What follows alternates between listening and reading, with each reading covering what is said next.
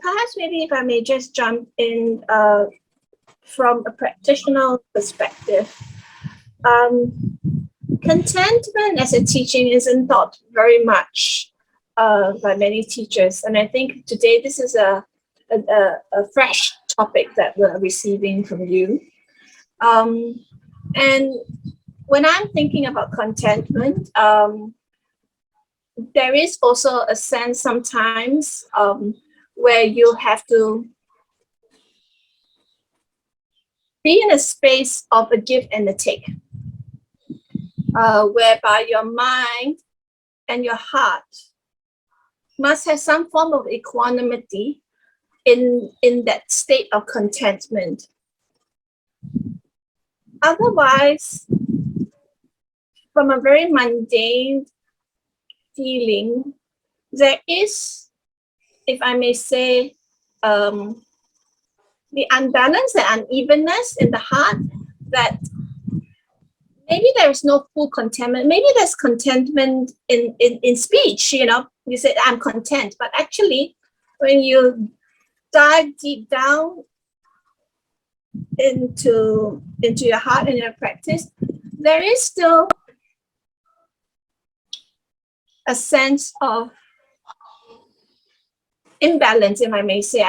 It's difficult to describe that in words, but you know, Luang Por, sometimes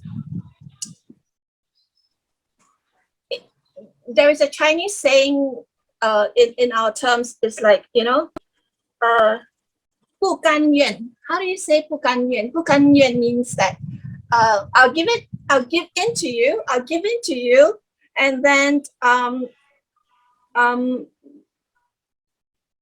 just so that I can find peace.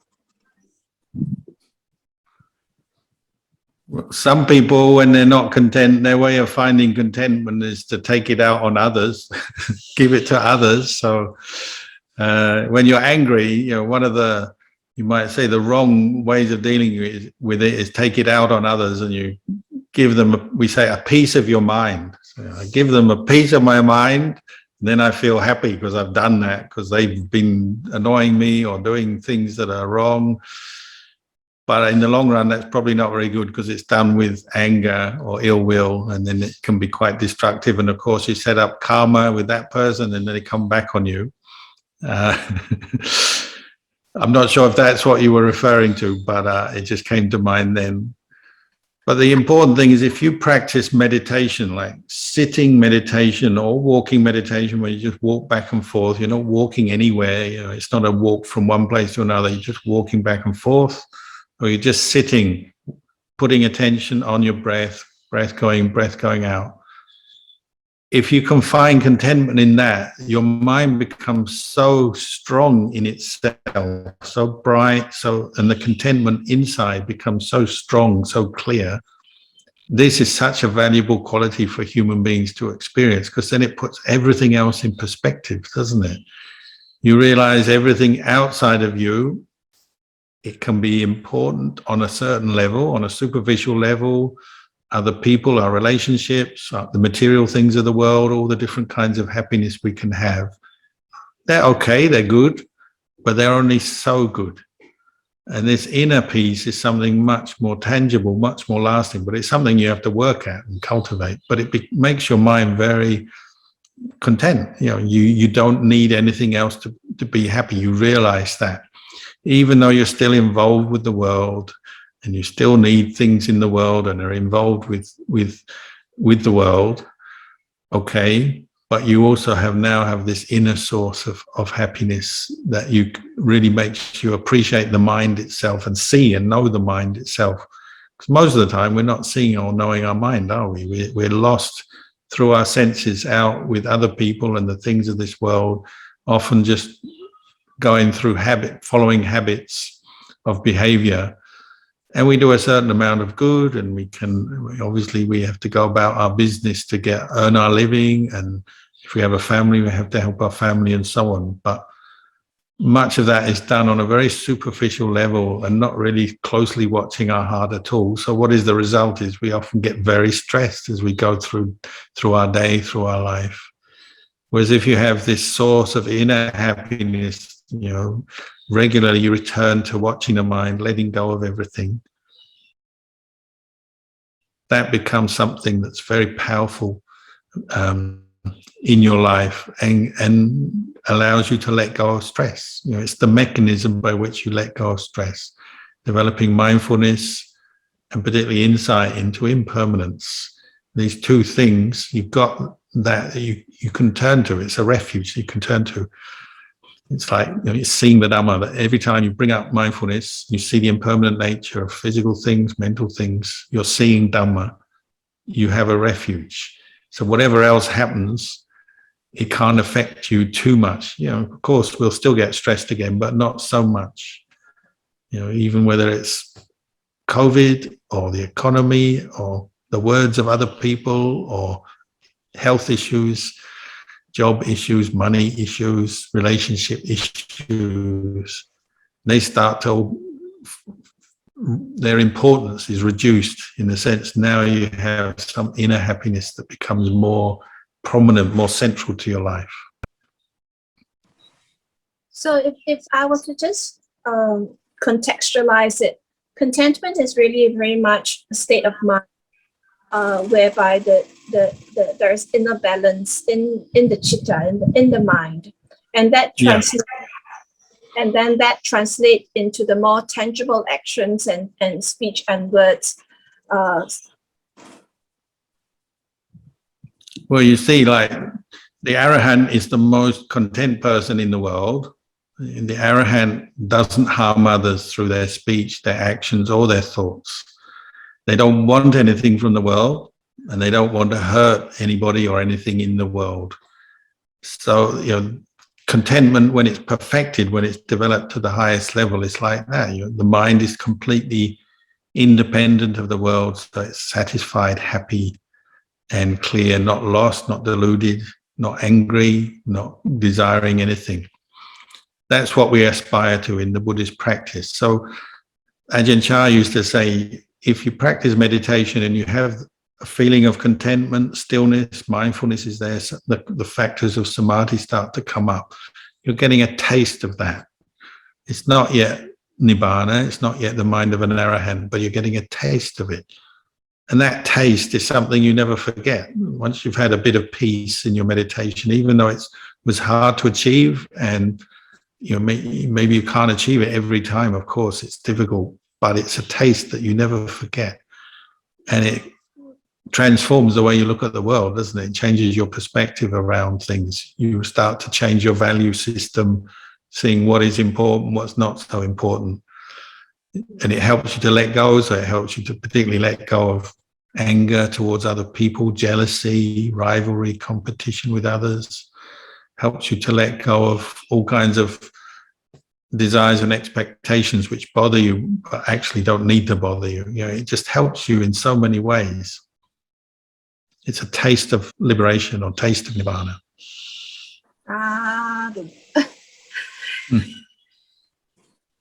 Right. Allow me please to read the question from Yao Zhang. And the question is, if pure awareness is the unconditioned and the deathless, will it last forever? If it doesn't last forever, when will it cease? And does it not contradict with the deathless? Thank you. Well, if you're calling it your awareness, sounds like there's still a sense of self, a person there. So any kind of awareness with a sense of self is not going to last forever, because people are born and then die. But the mind of the nibbana and an arahant does last. It's timeless. The Dhamma is timeless because the causes for birth and death have gone. And there's no sense of self, no clinging to self. We say it's sunyata, empty. It's the unconditioned, the unborn, the uncreated. So as I said, the mind of samadhi is not nibbana, but it's a taste. It's all you've got, isn't it? It's a taste of what's to come. So it's taking you towards the unconditioned, the unborn, the uncreated. What can you compare it to? Say it's like, you've never been to Thailand, so you've never tasted Thai food, but someone says, try a little bit of lemongrass and chili, and that's a little bit of a flavor of Thai food. So you try that, and then later on you go to Thailand and you try Thai food, and you start recognizing some of these herbs that you've given before. So they lead, one thing leads to another. One thing gives you a taste of the other. So, Sadhu, I hope that answers your question, Yogang. Let me read the second question. And this is from Sukita and Kanti from Malaysia. Greetings, Lumpur. As one already is in the 60s, how should we practice the Dhamma daily to at least attain stream entry? Sadhu.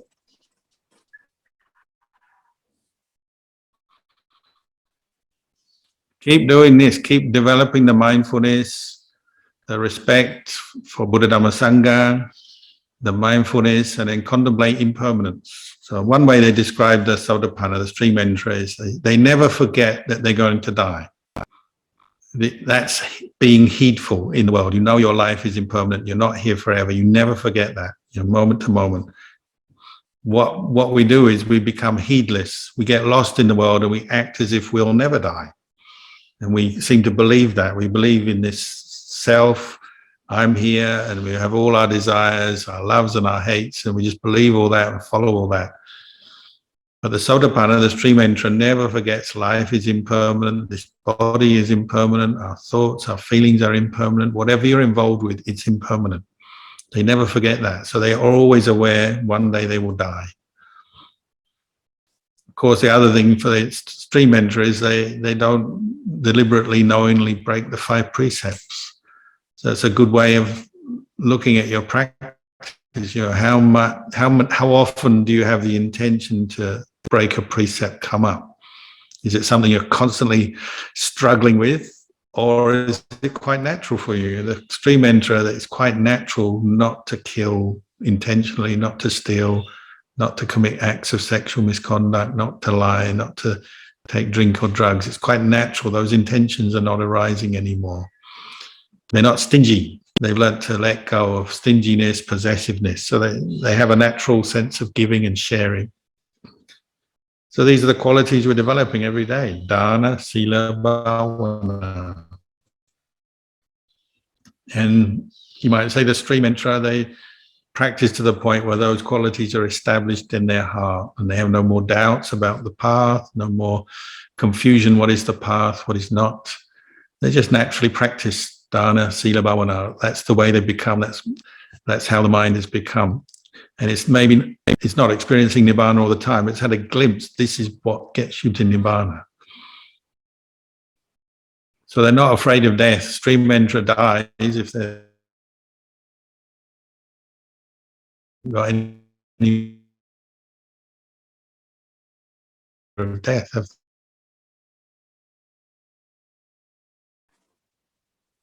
Because they know death is normal. This body, everything, we just cling because we haven't yet accepted that it's impermanent. So keep seeing everything is impermanent, nothing lasts. Keep letting go, sharing things, practicing generosity, forgiving others. Keep the 5 precepts, don't harm things, don't steal people's property and so on. In this way, sooner or later, the mind will experience the results of that stream entry.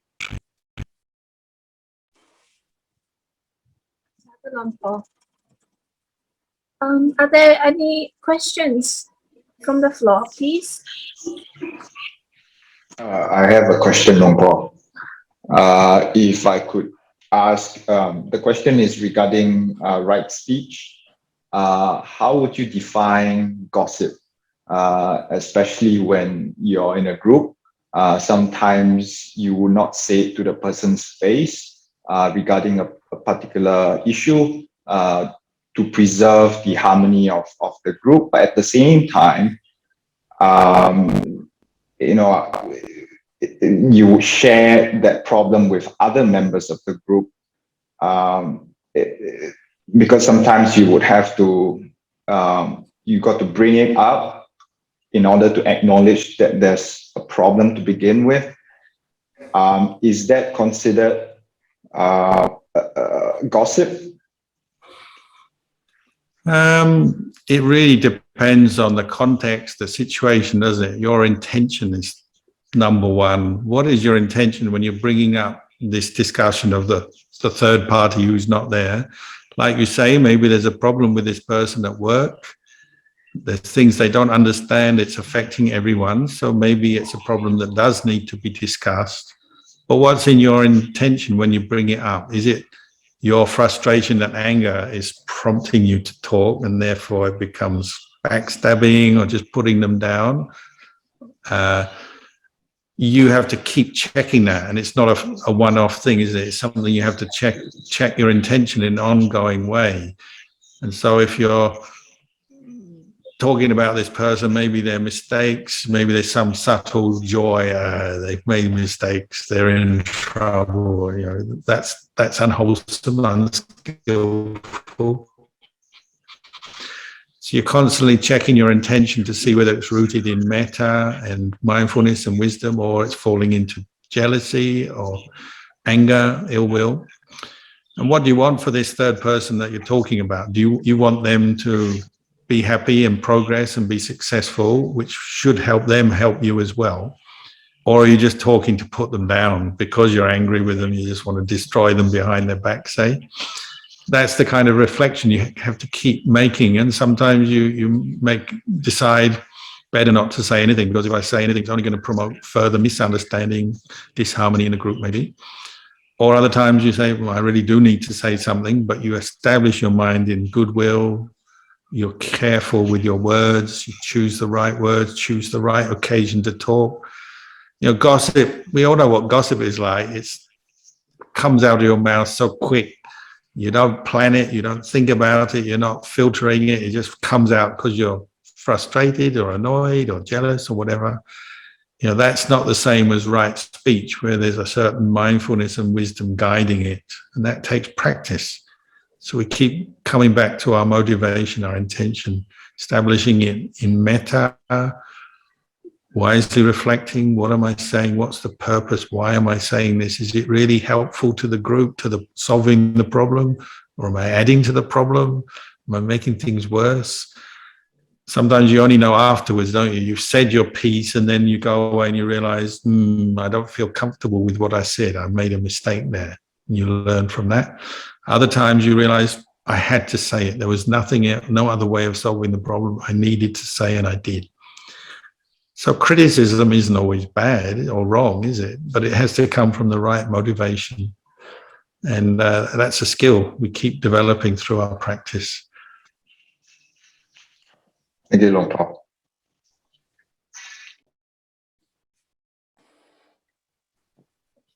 Long Paul, there's another question here. And this is from Diana from Malaysia. She writes, Dearest Long Paul, I saw in a current Buddhist conference this sentence, deathless is not similar to eternal life or immortality. Your thoughts, please, Long Paul. Sadhu. Well, it's one of our unenlightened wishes is to live forever, isn't it? We don't accept the truth of the impermanence of the five khandhas. Body dies, feelings arise, pass away. We don't accept that. We all want to live together. So many religions and belief systems are looking for an eternal heaven. And even Buddhists want this, don't they? They want to be reborn in heaven, ideally become a Brahma god and live for eons and eons as a Brahma god. I'll take that. Yep, that's good. We like that. We've all got it, but nothing is permanent. If it's still bound up with birth and death and a sense of self, a being, whether it's heaven realm, Brahma realm, it's still impermanent. So we have to really break through the sense of self-identity view, Sakkaya Ditthi, because that will form around anything, even the idea of a eternal heaven or whatever it may be. It's not Nibbana. Nibbana, you've let go of the sense of self, so that all that desiring and craving for those kind of eternal experiences has gone. So you have to investigate that, don't we? What do I want? What am I seeking in my practice? Even a lot of Buddhists are, I'll accept heaven, second best. Nibbana seems too far, too difficult to achieve. So, okay, a nice heavenly life will be great. But there's still suffering in heaven, and there's still Sakkaya Ditthi, so the roots of suffering are still there. There's attachment, there's disappointments. Devas still get jealous of each other. They still get afraid at the time of dying from the heaven realm. They have fear come up because of the self-view. And then they're back again. And the Buddha said more beings leave heaven and are reborn in lower realms than come back as a human. So you may have enough merit to be reborn in heaven for a nice long time. Good. And that's the fruits of your good karma. But then you're not sure what's going to happen after that. No guarantee. So the Sotapanna has given up Sakkaya Ditthi, and they say they cut off the possibility of being reborn in the lower realms, ghost realm, demon realm, animal realm, or hell realm. That's no longer a possibility. So that's because they've seen through Sakkaya Ditthi and the worst excesses of human behavior that come with Sakkaya Ditthi. The worst anger, the worst greed, the worst delusion is gone. So they're no longer subject to birth in the lower realms. So that's got to be better.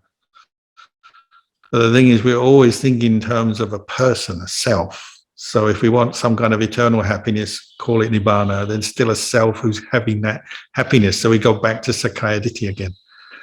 So we have to keep training and reflecting on this. And Ajahn Chah said, it's not sure. You attain samadhi and you seem all your sense of self has gone. You say, this is like some eternal blissful happiness. Great. But it's not sure. Maybe you can't attain it tomorrow. Maybe it disappears, and it happens. People attain jhana one day and then the next they can't do it and they get very upset or very depressed. So eternal life and eternal heaven and eternal happiness is still you have to be careful. There's a delusion there, isn't it? Hoping for this eternal blissful feeling or blissful experience. Keep investigating. It's not sure. Anything that is conditioned, arises, must cease. And that's where wisdom lies. Sadhu Lampo.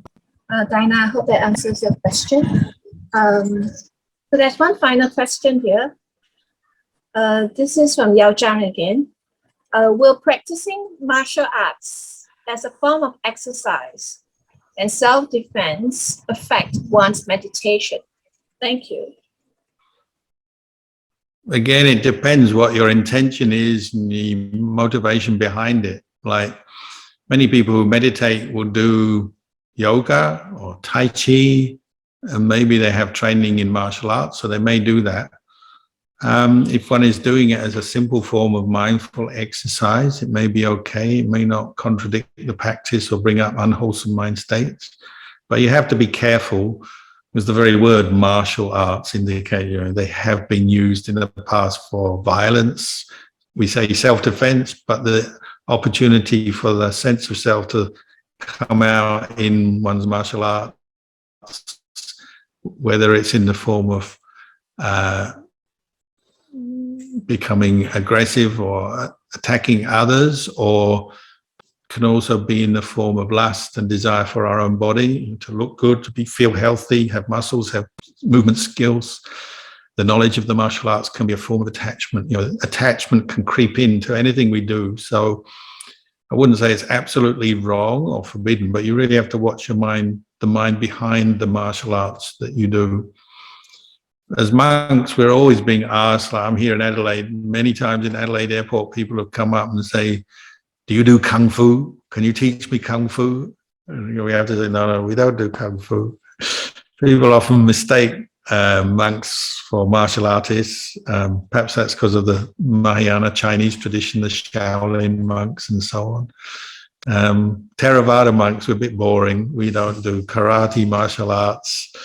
We do metta, compassion, mindfulness, and we learn to be the martial artist of the mind. So when you see your anger come up, cut it off, karate chop it. When you see your greed come up, karate chop it. So use martial arts internally, the internal battle with the defilements. Maybe you can turn some of that skill of the external physical martial arts back into your mind, because that's more important. And, you think of the Buddha, how did he train his mind? Well, he wasn't doing a lot of martial arts. He was meditating, sitting, walking meditation, bringing mindfulness up and letting go of greed, anger, and delusion. Oh, that's an excellent answer, Luang Por. Sadhu, sadhu, sadhu. So with that, we shall now call the session to a close.